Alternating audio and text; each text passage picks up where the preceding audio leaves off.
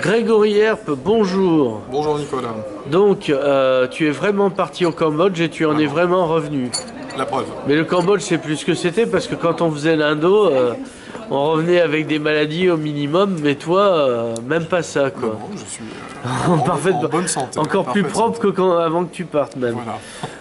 En fait, tu as été dans un sanatorium en Suisse, tu peux le dire. Ça lave l'âme, on va dire. Donc, alors, tu t'es retrouvé au Cambodge. Alors, où ça au Cambodge? Parce que c'est grand. Alors, je me suis retrouvé au Cambodge, à une vingtaine de kilomètres de Phnom Penh, la capitale, dans les écoles à Pichandara, créées par Tina Kiefer. Donc, une école, un collège, un lycée, lycée professionnel avec L'Oréal. Il y a un internat également, voilà, toute une structure organisée et créée par Tina Kiefer depuis 10 ans. Voilà. Donc, ta mission, c'était photographier quoi? Bon, on va dire les petites filles, mais alors, aux âmes tordues, on vit d'aller ailleurs. Absolument. Donc, qu'est-ce que tu as vu, en fait, là-bas? Bon, ben, je devais évidemment photographier la vie des écoles, donc les petites filles, les écolières, effectivement, les écolières qui vont, je crois que les plus jeunes doivent avoir 6 ans, jusqu'aux lycéennes qui ont 15-16 ans, mais aussi, justement, les bâtiments, la vie autour, parce qu'il y a plusieurs petits villages sur des chemins de terre comme ça, très très pauvres, avec les familles de certaines de ces écolières, et donc montrer également d'où viennent ces enfants, quelles auraient été leur vie sans ces écoles, parce que beaucoup de ces enfants travaillent dans les champs, pour pas grand chose évidemment, dans des conditions très rudes, et puis photographier voilà, la capitale aussi, Phnom Penh, voilà, beaucoup de choses en fait. Alors, il y a une anecdote, il y a une petite fille qui venait d'arriver et pour des raisons assez tragiques. Oui, voilà. Elles sont en général tragiques, de toute manière. Oui. Non, mais c'est là où ces écoles à Pichandara sont une œuvre importante dans cette région et louable. C'est que, effectivement, cette petite fille qui est arrivée lorsque j'y étais, le père avait tué sa mère, elle se retrouvait évidemment sans rien. C'est l'école qui l'a recueillie, elle est maintenant dans l'internat. Elle a commencé la scolarité offerte par l'école, et donc elle va pouvoir être sauvée entre guillemets d'un destin qui aurait été plus que compromis, parce qu'une petite fille orpheline dans ces pays-là, c'est pas simple, hein, évidemment. C'est déjà pas simple quand on a une famille autour de soi. Donc là, ça aurait été très très dur pour elle. Là, elle a une chance de s'en sortir, d'acquérir une instruction, un métier plus tard. Voilà. Alors, au-delà du travail photographique, c'était la première fois que tu allais au Cambodge. Oui. Qu'est-ce que tu as ressenti?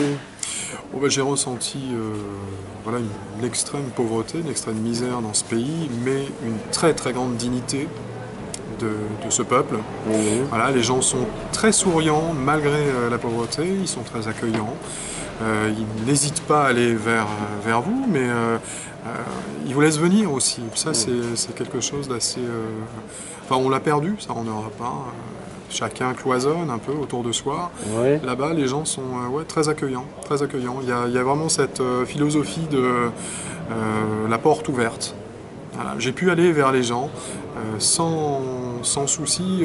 Lorsque je suis arrivé là-bas, j'ai demandé est-ce que c'est un petit peu compliqué, est-ce que c'est dangereux de me balader avec mes appareils photo dans Phnom Penh, mais aussi dans les villages très reculés, parce que je me suis souvent aventuré sur des chemins où il n'y avait absolument personne, quoi. Enfin, il n'y avait rien d'autre. Hein. C'est la curiosité qui menait le jeu. Ouais, c'est ça. Et puis on m'a dit, bon, peut-être fais un peu attention, tel endroit ou tel autre. Mais finalement, j'ai eu aucun problème. Les gens toujours très, très accueillants. Et puis, comme je le fais toujours, j'expliquais pourquoi j'étais là, quel était mon but. On parle encore français, puisque pour expliquer... Non, parce que ça devient... Enfin, mon cambodgien est pas terrible, mais le tien... Non, le khmer, non, je sais dire merci, c'est tout, Rangoon. Ouais, à part ça, rien d'autre. Et non, le français a quasi disparu. Il y a vraiment de très très vieilles personnes qui parlent encore un petit peu le français, mais sinon les jeunes ne le parlent plus. L'anglais a pris la place.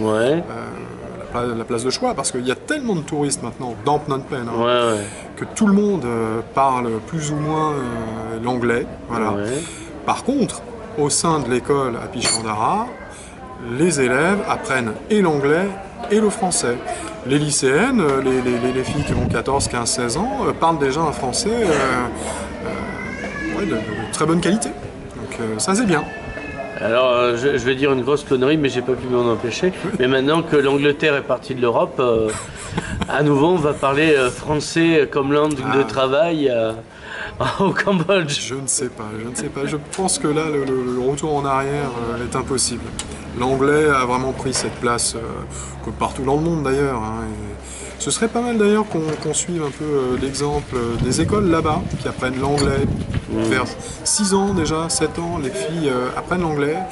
Ce serait pas mal qu'en France, les gamins apprennent l'anglais très très tôt et pas à partir du collège. Parce que c'est déjà trop tard pour apprendre de façon très très correcte une langue. Voilà. Plus c'est appris tôt, mieux c'est. Mieux c'est pour les gamins, évidemment. Et c'est incontournable aujourd'hui.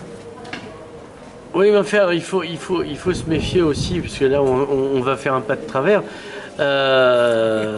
C'est que une langue, c'est aussi un mode de société, une représentation mentale de la société.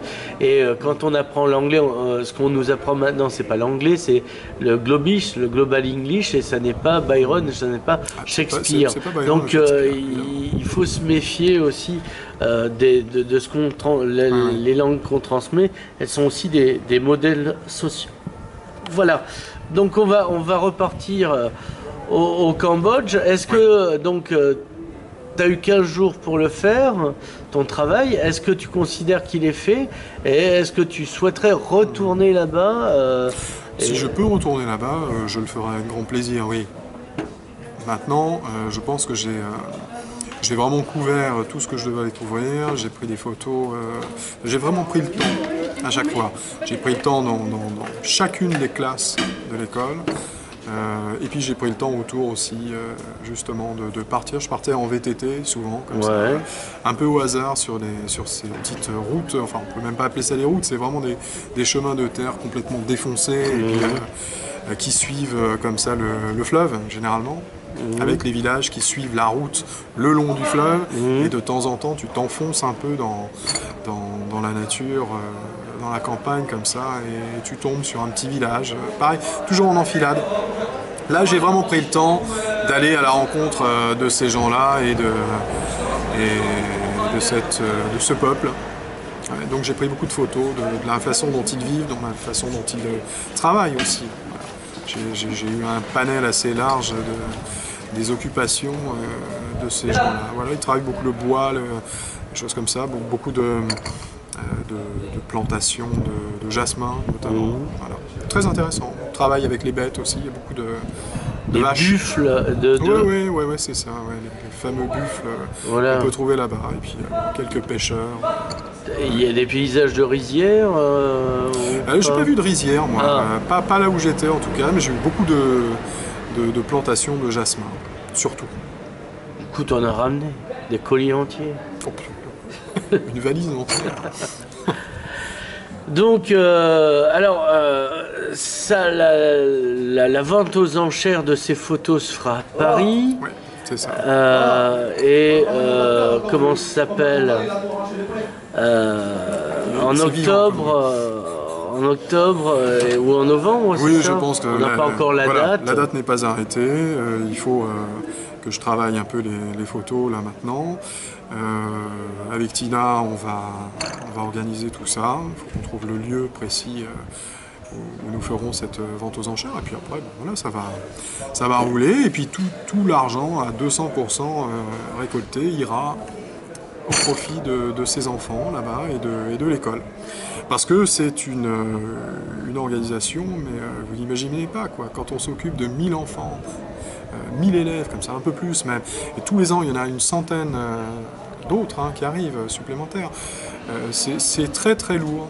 C'est une logistique très lourde, il y a beaucoup de choses à payer, les professeurs bien sûr là-bas, la nourriture, parce qu'il faut nourrir toutes ces filles tous les jours, les uniformes, enfin tous les locaux bien sûr. L'électricité L'électricité, oui. Parce qu'il y en a. Bien sûr, non mais il y en a,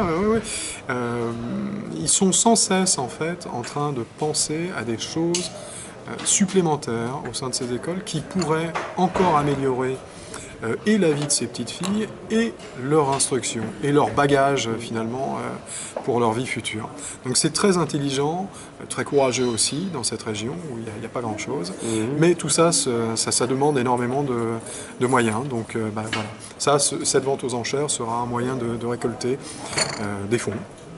J'espère que d'autres projets derrière verront le jour. Alors, pendant ce temps-là, à Moscou, il se passait des trucs. On t'attribuait un prix pour des photos sur les gitans d'ici. Voilà. Alors, raconte-nous. Donc, comment ça se fait que... Tu savais déjà que tu participais à un concours en Russie ou... Ah oui, ça je savais que j'étais en lice là-bas, mais bon, j'ignorais que j'aurais un prix. Bon, c'est un très gros concours international, hein, le MIFA, c'est le Moscou International Photo Award, uniquement pour la photographie, et qui donne des prix dans tout un tas de catégories différentes. Il y a beaucoup de lauréats. Hein. Moi, j'ai eu un prix. C'est pas le grand prix, mais c'est un prix, donc je suis content.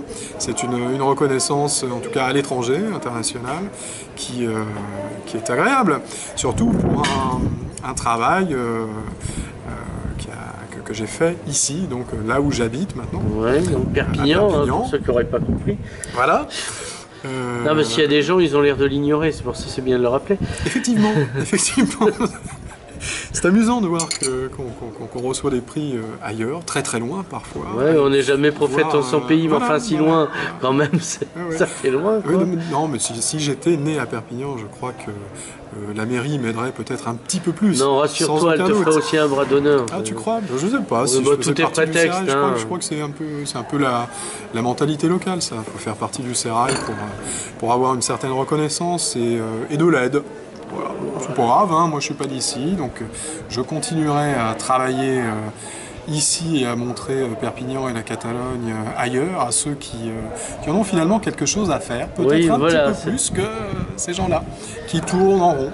C'est dommage, mais ça les regarde après tout. Hein.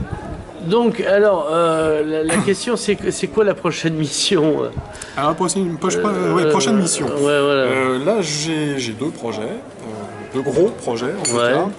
L'un qui est de continuer justement mon travail sur les gitans, mais au niveau européen cette fois-ci. Donc là, je suis en train de monter un dossier pour avoir des aides de l'Union européenne justement, pour aller photographier les gitans, un petit peu dans les pays de l'Est, mais pas trop parce que ça c'est trop évident. Oui, c'est un peu déjà vu. Ouais, voilà. Donc le ça m'intéresse gitan pas de trop. l'Est. Exactement, mais plus en Scandinavie. Et au Pays de Galles, notamment. Voilà. Là, les gitans vivent très différemment du sud de la France ou des pays de l'Est. Il y a des images très très intéressantes à faire. Sociologiquement, c'est super intéressant à les regarder, à les voir, et puis de ramener un témoignage sur une communauté qui peut être très très différente des images qu'on a, comme ça, caricaturales parfois. Voilà. Ça c'est le premier. Le deuxième, alors là c'est une organisation encore plus lourde. Il va me falloir des fonds là encore une fois. Tu iras pleurer, jouer de la guitare, tout ça. Peut-être devant l'hôtel de ville de Perpignan.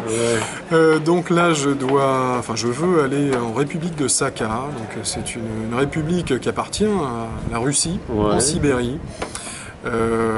Voilà, où je vais aller photographier des femmes qui ont un destin assez compliqué parce que les coutumes locales sont particulièrement rudes pour les femmes. Voilà, c'est un endroit du monde où on peut être saoulé de force, violé, kidnappé, séquestré, et puis au bout d'un moment, on est légalement l'épouse de celui qui vous a gratifié de ses gentilles intentions. De ses intérêts. Donc très très très très dur.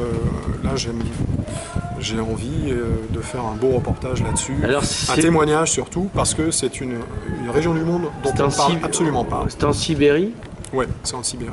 Voilà, pour situer un peu, parce que la Russie c'est grand finalement. C'est très grand, et la République de Sakha, c'est un territoire que personne ne connaît, mais qui est quand même 3 fois grand comme la France. Voilà. Enfin, il y a la taïga, la toundra. C'est ça. Je veux dire, il y a que les rennes qui s'en préoccupent. Quoi. Exactement. Bon, ben Grégory Herp, merci et C'est moi qui te remercie, Nicolas. à bientôt pour les suites de tes aventures. À bientôt.